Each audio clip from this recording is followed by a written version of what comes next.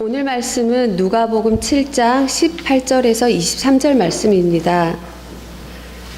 요한의 제자들이 이 모든 일을 그에게 알리니 요한이 그 제자 중 둘을 불러 주께 보내야 하는데 오실 그이가 대신이 오니이까 그가 다른 일을 기다리오리이까 하라 하매 그들이 예수께 나아가 이르되 세례 요한이 우리를 보내어 당신께 여쭤보라고 하기를 오실 그이가 당신이 오니까 우리가 다른 일을 기다리오리이까 하더이다 하니 마침 그때 예수께서 질병과 고통과 및 악기들 많이 고치시며 또 많은 맹인을 보게 하신지라.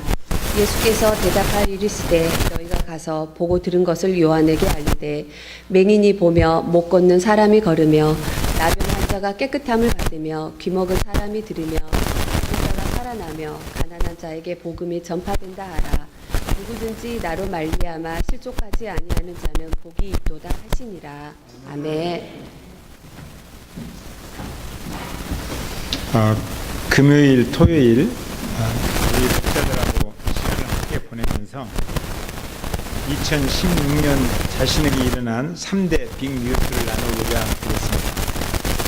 자신에게 일어난 중요한 일, 그런 일을 3가지씩 나누는데 전부 다 제게 찾아온 암 이야기가 다 그 뉴스 속에 들어있는 거예요. 그래서 목자들의 삶에 내게 찾아온 이 암이 얼마나 큰 파장을 일으켰는지 제가 느낄 수가 있었습니다. 나의 아픔을 자신들의 아픔으로 여겨주는 여러분들이 있어서 정말 감사했어요. 우리가 지체구나, 지체구나. 앞으로 제가 몇 번의 추억을 더 내 인생 가운데 담을지는 모르지만 정말 이 생명을 다하기까지 교회를 생각하고 교회 아닌 다른 것들, 앞으로 그런 것들 10년 후 20년 후 그런 생각들은 다 지워버리고 오로지 눈앞에 보인 우리 교회만 생각하면서 섬기면서 목회해야겠다 이런 생각을 했습니다.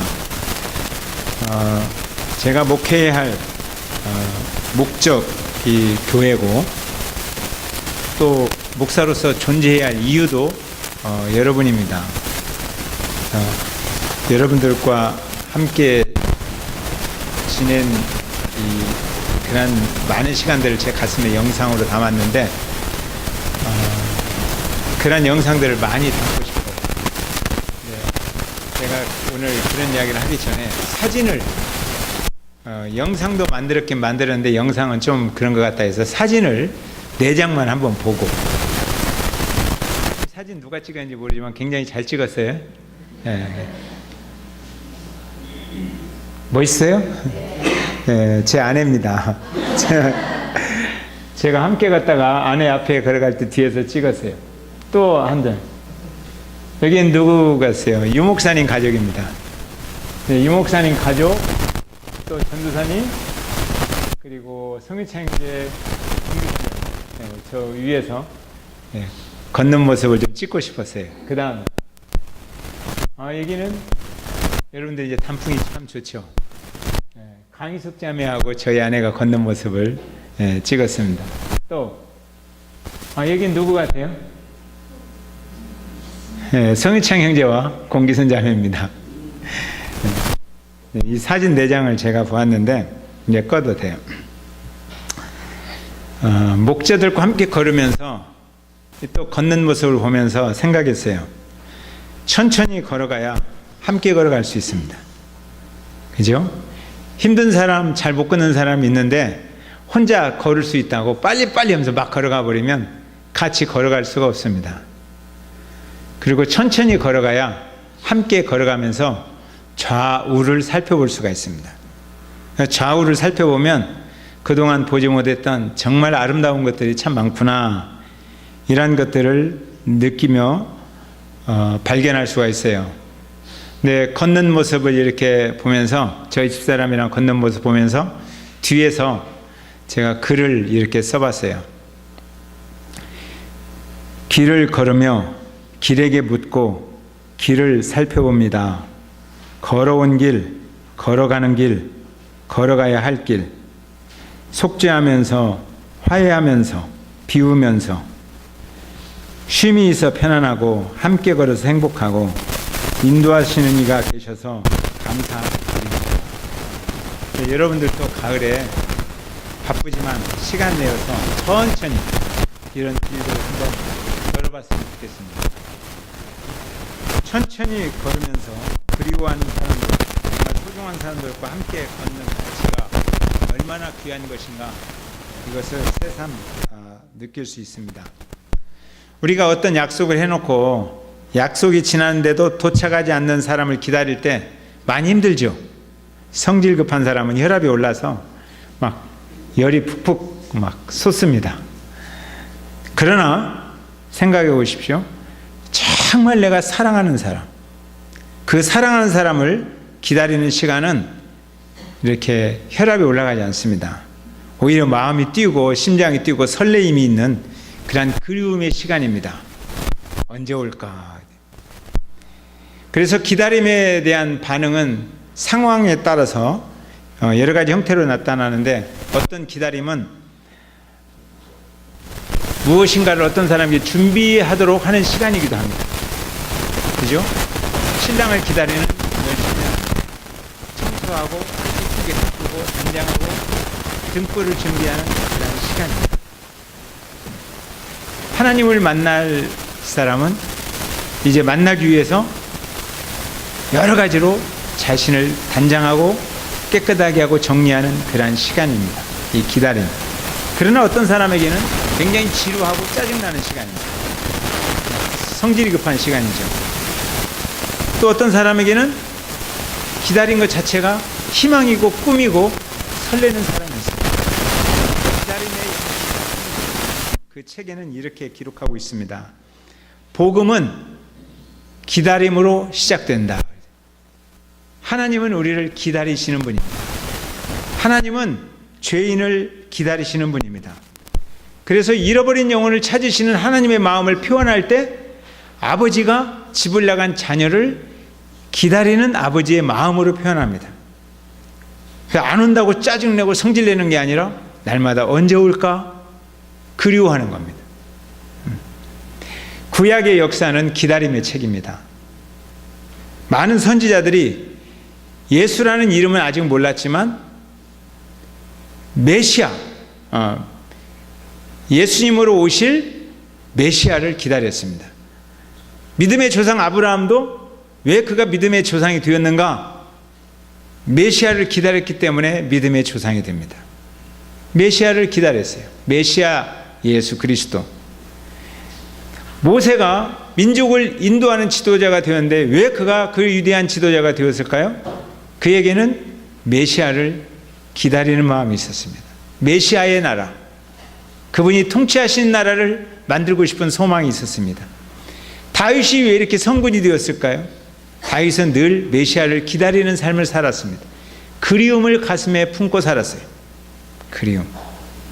이사야, 예레미야, 에스겔, 다니엘, 많은 믿음의 선배들도 메시아 예수 그리스도를 기다렸습니다. 그토록 간절하게 기다렸던 예수 그리스도, 그 예수 그리스도를 오늘 본문에 나오는 침례 요한도 기다렸습니다. 그리고 침례 요한이 드디어 그 예수 그리스도를 만났습니다. 얼마나 좋았겠어요. 그분하고 손잡고 함께 저 그림과 같이 좀 걷는 시간이 많았더라면 얼마나 좋았겠어요. 그런데 걸을 시간이 별로 없었어요. 대화를 나눌 시간도 별로 없이 침례 요한이 덜컥 감옥에 갇혀버렸습니다. 감옥에서 생각해 봐요. 그분에게 많은 이야기를 듣고 싶고 같이 걸으면서 느끼고 싶었는데 들려오는 이야기로 느끼는 거예요. 근데 그분이 노마를 확 때려 부수고 침략자들을 다 무너뜨리고 하늘에 불을 내려서 막 심판하고 그러시기를 계속 기다리고 있는데, 그러지 않고 오히려 들려오는 소식은 죄인들을 용서해 준다는 거예요.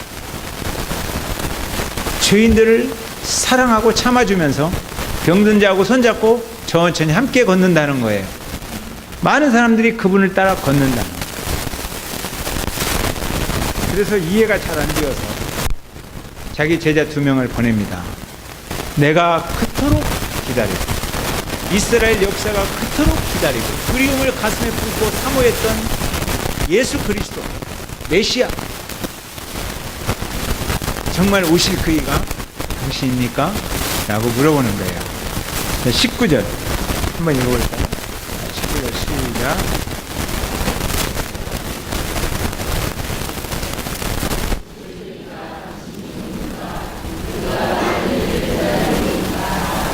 예, 오실 그이 메시아가 당신입니까? 그러면 뭐라고 대답했으면 좋겠어요. 그래, 맞아, 내가 메시아다. 그러면 얼마나 속이 시원하겠어요. 근데 예수님 그렇게 말 안 하고, 네가 기다리던 메시아, 내 삶을 보아라, 내 행동을 보아라, 나의 정체성은, 내 삶과 나의 정신은 내가 걸어가는 발자취로 나가는 행동 속에 나타나 있다. 그렇게 말씀하시는 거예요. 내가 함께 살아가는 삶의 모습과 일어나는 변화, 그 변화가 나를 증언한다. 이렇게 말해요. 혹시 여러분들을 증언하는 건 뭡니까? 여러분들을 증언하는 것, 여러분들이 가지고 있는 어떤 직책과 이름입니까? 아니면 여러분들이 살아가는 삶의 양식입니까? 저분이 살아가는 삶을 보니까, 저분이 행동하는 걸 보니까 저분은 진짜 집사님이구나, 저분은 권사님이구나, 저분은 안수집사님이구나 이럽니까? 아니면 안수집사님 안수집사님 그러십니까? 예수님은 내가 메시아다 이렇게 말하지 않고 내 삶과 내 삶 속에서 일어나는 변화와 나와 함께하는 주변 사람들을 보고 듣고 그래봐라, 그러면 나를 안다 이거예요. 자, 그래서 그분들이 보는 거예요. 뭘 보았느냐? 이걸 보는 거예요. 22절 시작.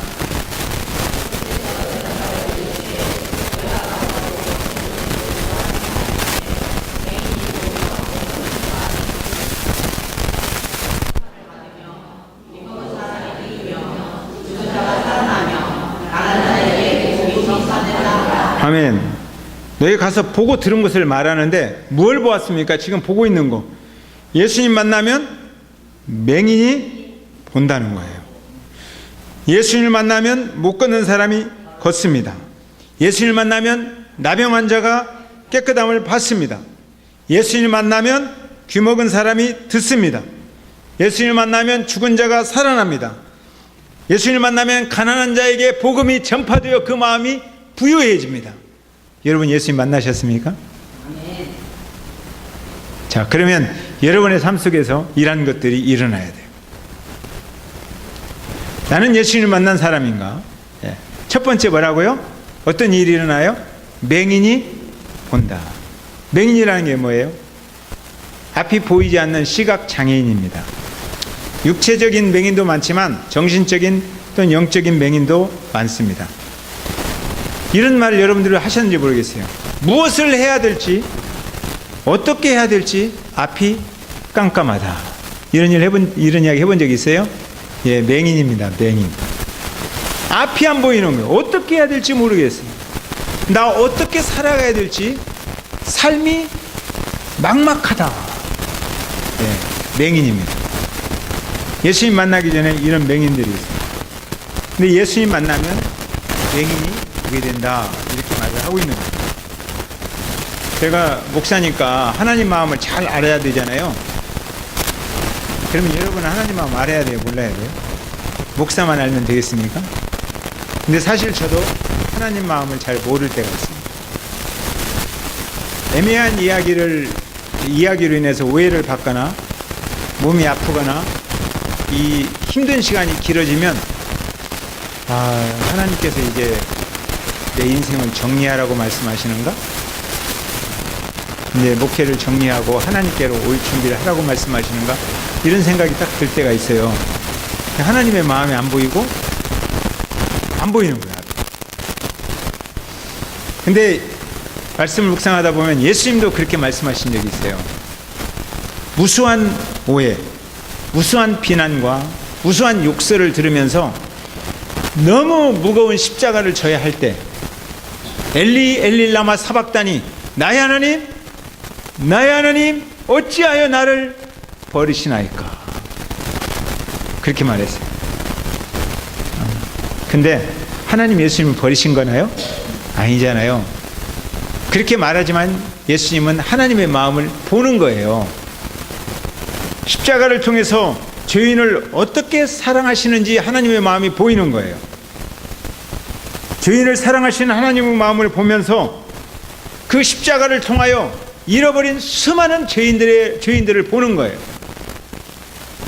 그래서 그 길을 걸어가는 겁니다. 그러니까 오늘 우리들도 그래요. 십자가를 통해서 하나님이 보이고 하나님의 마음이 보이고 내 주변 사람들, 힘든 사람들의 마음이 보여야 돼요. 그래야 우리가 바르게 걸어갈 수 있어요. 내가 어떻게 걸어가야 되는가? 내 길이 복잡하지 않고 단순하게 걸어갈 수 있어요. 주님 만나야. 여러분들 삶이 복잡합니까? 단순합니까? 예, 복잡하신 분은 더 눈을 떠서 하나님을 정확히 봐야 돼요. 그러면 걸어갈 길이 명확해집니다. 단순해져요. 여러분 눈을 다 뜨시기 바랍니다. 예수님 만났는데 앞이 안 보이면 어떻게 되겠어요? 그죠? 여러분들 앞으로 앞이 안 보인다 이런 이야기 하지 마세요. 엄청난 무게가 나를 짓누르고 깜깜한 것들이 나를 둘러싸고 있지만 예수 그리스도가 나를 보게 하신다. 내가 갈 길을 보게 하신다. 이런 고백이 여러분에게 있기를 바랍니다. 두 번째는 또 못 걷는 사람이 걸으며 그랬어요. 그러니까 우리도 못 걸으면 걸어야 돼요. 못 걷는 사람은 어떤 사람이에요? 선천적으로 다리가 불편하거나 아니면 어떤 사람은 일어나 걸을 의지가 없는 사람이 있어요. 너무 짐이 무거우니까.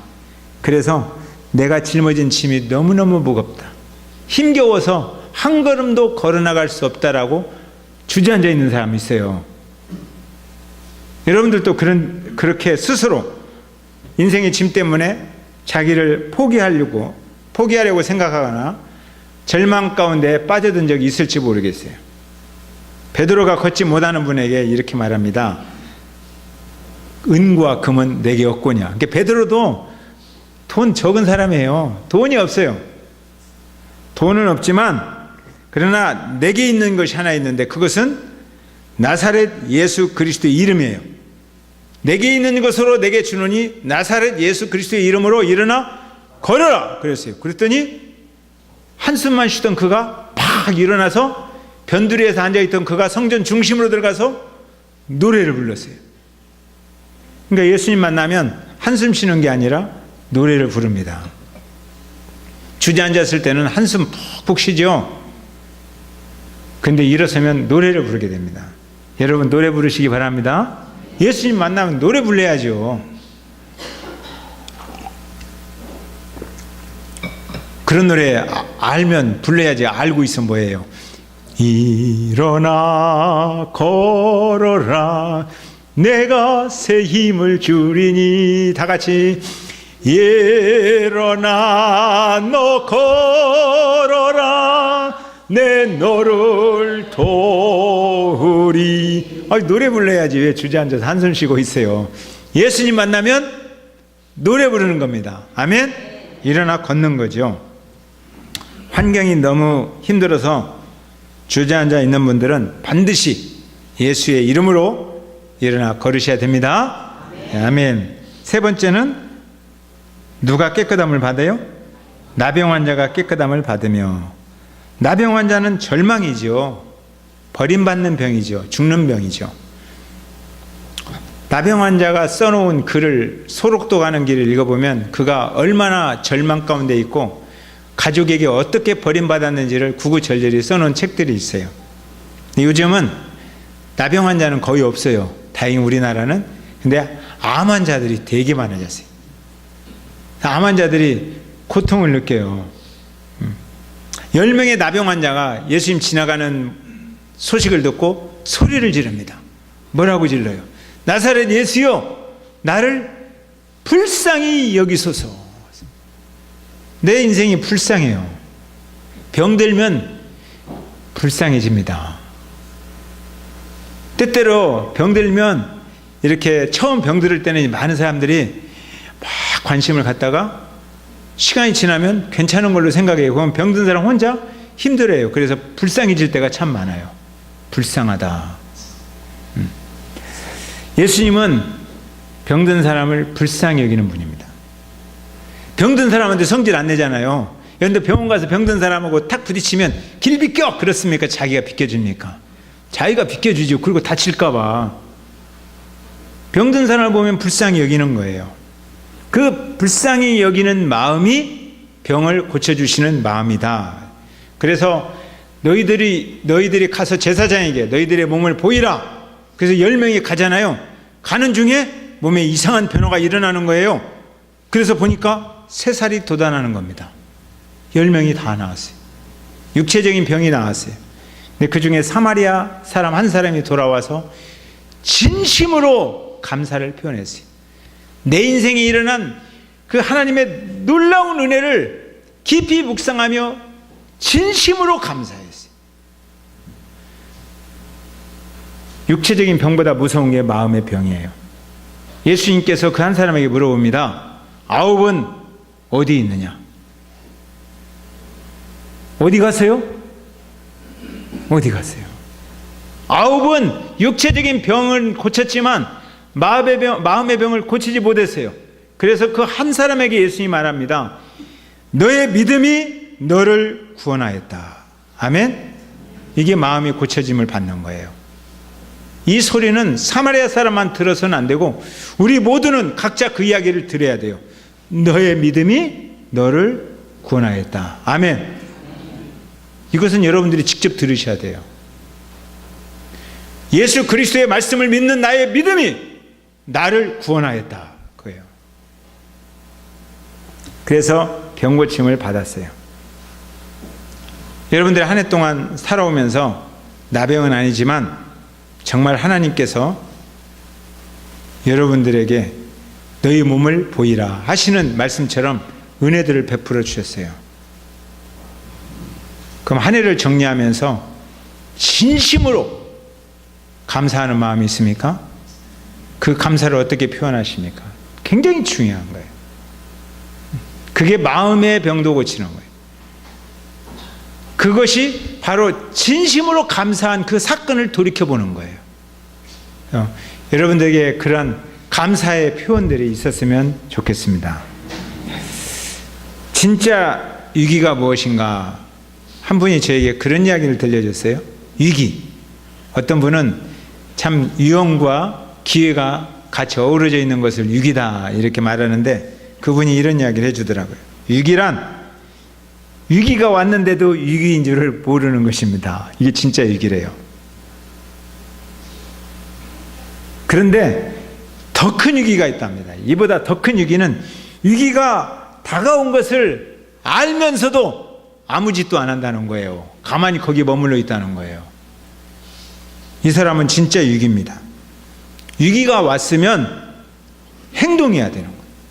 우리 주님께서 뭐라고 말씀하셨어요? 구하라! 찾으라!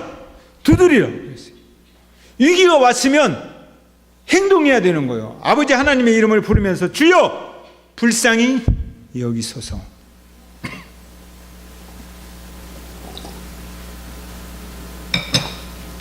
이게 기력하고 몸무게, 목소리하고 뭔가 연관성이 있는 것 같아요.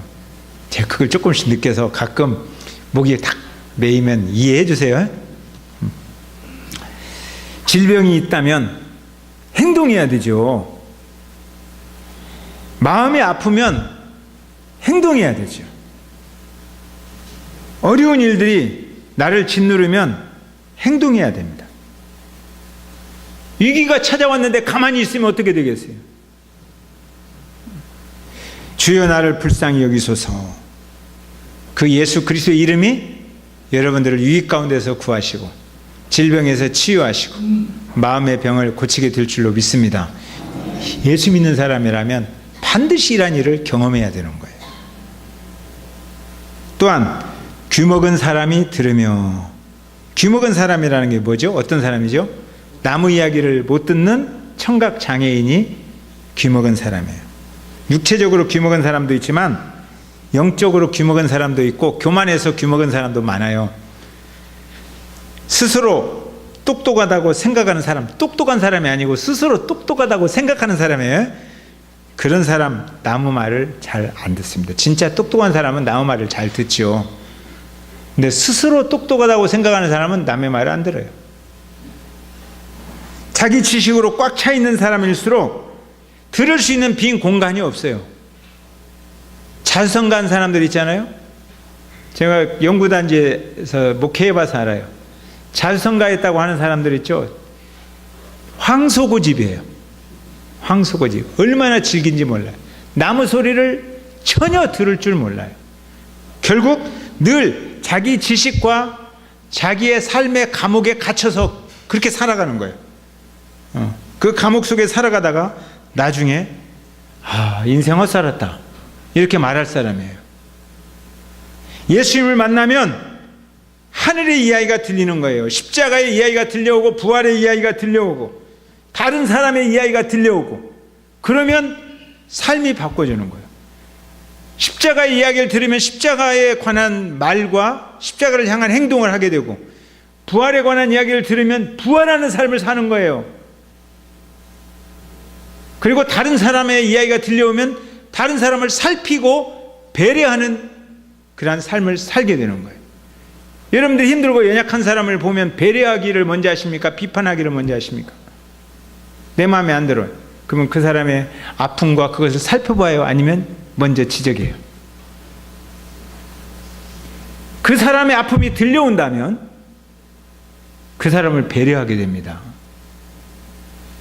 그때부터 움켜쥐던 인생이 변하고 나누어주는 인생이 됩니다. 그러니까 들려줘야 돼요.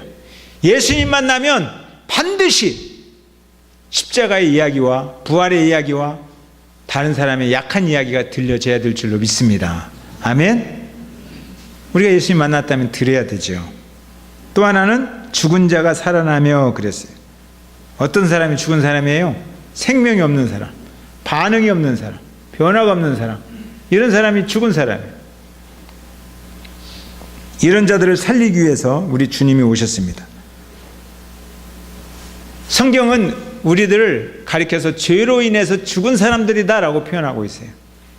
죄가 뭐죠? 죄. 죄라는 것은 간단해요. 하나님 자리를 밀어낸 사람이 죄인이에요. 하나님이 왕이시고 주인이세요. 우리의 머리세요. 그런데 하나님을 밀어내고 자기가 거기 앉은 사람이 죄인이다 이거예요. 하나님을 알지 못하는 사람을 그래서 죄인이다 이렇게 말하는 거예요. 하나님 자리를 밀어내고 사니까. 그러면 구원이라는 게 뭐예요? 그 자리에 앉아있던 옛사람은 죽어야 돼요. 그리고 하나님의 자리를 돌려드린 사람이, 돌려드린 내가 새롭게 하나님을 왕으로 모시고 살아가는 거예요. 이게 구원이에요. 하나님 앞에 우리가 각자 설 줄 알아야 돼요. 여러분들 보세요. 하나님 앞에 단독자로 딱 서면 여러분들의 태도가 어떻게 달라질까요? 인생이 정리된다고 그랬잖아요. 복잡한 인생이 딱 정리가 돼요. 어떻게 살아야 될지 그냥 정리가 되는 거예요. 살아계신 하나님 앞에 서면 하나님을 밀어냈던 삶은 자동적으로 죽는 거예요. 그리고 하나님을 왕으로 모신 삶은 자동적으로 살아나는 거예요. 이것을 옛사람은 죽고 새사람이 살았다라고 표현하는 것입니다. 우리가 주님의 이름으로 살기를 결단한 여러분들, 영원한 생명으로 이렇게 하나님을 왕으로 모시고 살아가기를 바랍니다. 내가 왕이다 그렇게 큰 소리 치던 그러한 입술을 다 꼬매야 돼요. 그리고 하나님이 왕이시다. 자, 여섯 번째는 어떤 일이 일어나요? 가난한 자에게 복음이 전파된다. 어떤 사람이 가난한 사람이에요? 늘 부족한 사람이 가난한 사람이에요. 늘 부족해서 자기 울타리 안에다가 뭘 자꾸 채워야 돼요. 내 울타리 안에 부족한 것이 너무너무 많아요.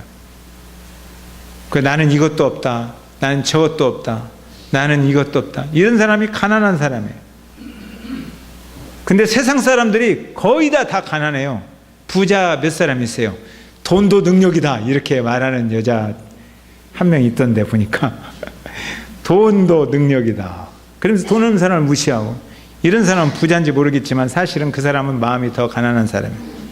불쌍한 사람이죠. 예수님을 만나면 줄 것이 많아져요. 그래서 부자는 어떤 사람이에요? 넉넉하니까 주는 사람을 부자라고 하는 거예요. 그러니까 통장에 돈이 많은 사람이 부자가 아닙니다. 부족한 사람이 가난한 사람이고 줄 아는 사람이 부자라는 거예요. 넉넉해서. 그런데 가난한 자에게 복음이 전파되었다. 그러면 우리는 어떻게 살아야 돼요? 이제 가난하게 살면 안 되는 거예요. 여러분들이 더 이상 가난하면 안 돼요. 그렇다면 다시 말하면 여러분들은 늘 부족해서 나는 이게 부족하다, 나는 저게 부족하다 이렇게 살면 안 되고, 예수님 만났다면 넉넉해야 돼요. 줄 것이 많아야 돼요. 줄 것이. 무엇을 줘요?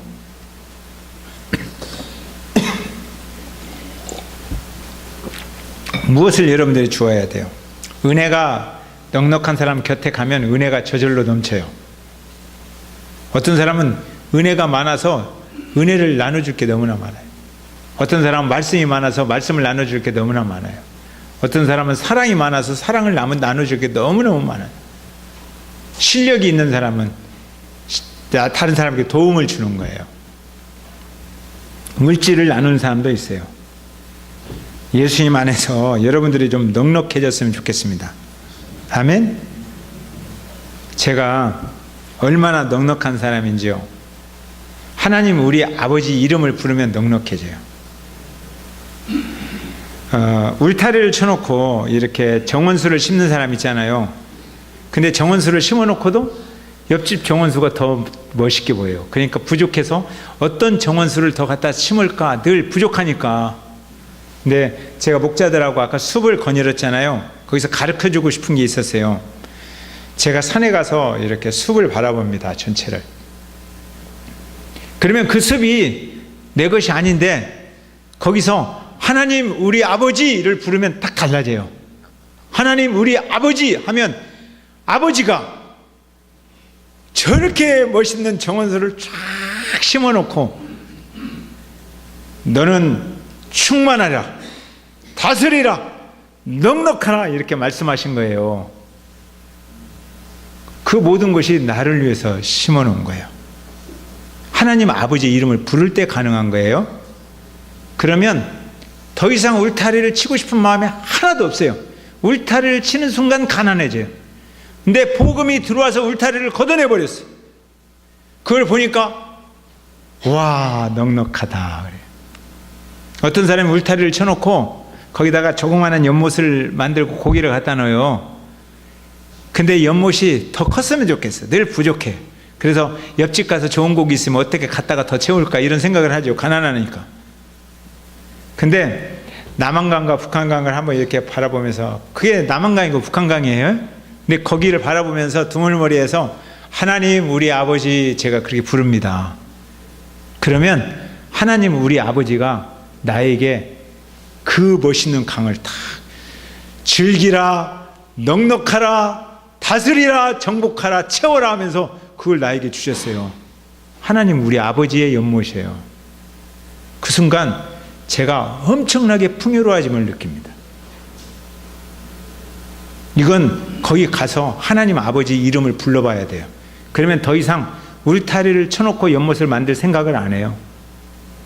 너무너무 넉넉해서. 하나님 우리 아버지가 복음이라는 거예요. 울타리를 쳐놓고 거기다 조명을 밝히려고 하는 사람 보세요. 조명. 그러면 더 좋은 조명이 뭘까? 더 이쁜 조명, 밝은 조명이 뭘까? 늘 부족해요. 찾아요. 그런데 제가 저녁에 이렇게 나가서 하늘을 딱 봐요. 그러면 왜 이렇게 별이 반짝여요? 달빛이 그렇게 좋을 수가 없어요. 근데 그게 나무 것인 줄 알았는데 거기에서 하나님 우리 아버지 부르면 그게 아버지가 태초에 에덴 동산에서부터 너에게 충만하라, 다스리라, 정복하라, 넉넉하라 말씀하시면서 만들어 놓으신 조명이에요.